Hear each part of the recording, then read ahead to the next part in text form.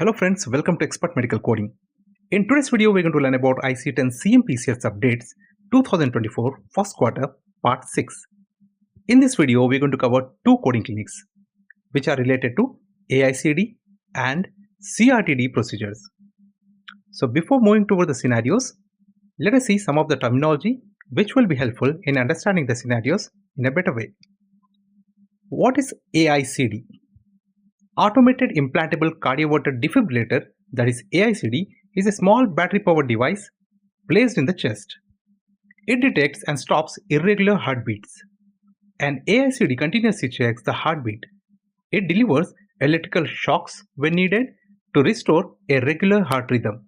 As you can see in the image, in a single chamber ICD, a lead will be positioned in the right ventricle. And in dual chamber ICD, two leads will be positioned, one in the right atrium and the another one in the right ventricle. Now let us see what is CRTD is. Cardiac Resynchronization Therapy (CRT) defibrillator uses a device called a biventricular pacemaker. The device sends electrical signals to the lower chambers of the heart called the ventricles.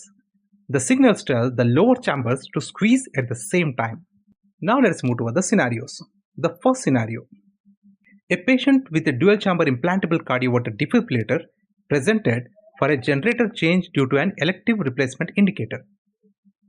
It was noted that due to the patient's thin stature, the device was very protuberant with protrusion of one of the pacing leads. Therefore, a pocket revision was performed in addition to the generator change. During surgery, the existing submuscular pocket between the pectoralis and the pectoralis minor was revised to accommodate the new device. The old generator was removed from the pocket, the leads were detached and tested prior to being connected to the new generator. Lastly, the new generator was placed within the revised pocket. Now the question here is, should the lead protrusion due to the patient's thin stature be considered a complication of the lead, although the lead was not replaced? So what are the appropriate diagnosis code assignments? So the answer here is, we have to assign code Z45.02, that is Encounter for Adjustment and Management of AICD, for the replacement of the generator at the end of its life. Although the pocket was revised due to the protuberant device, the pacing lead was tested and working adequately.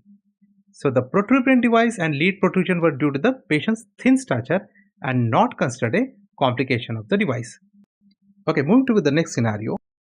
An 82-year-old patient presented for cardiac resynchronization therapy device, that is CRTD generator change due to an elective replacement indicator.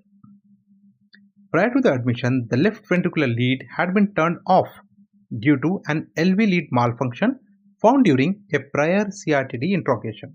During this admission, the family and patient decided against having an implantable cardioverter defibrillator procedure.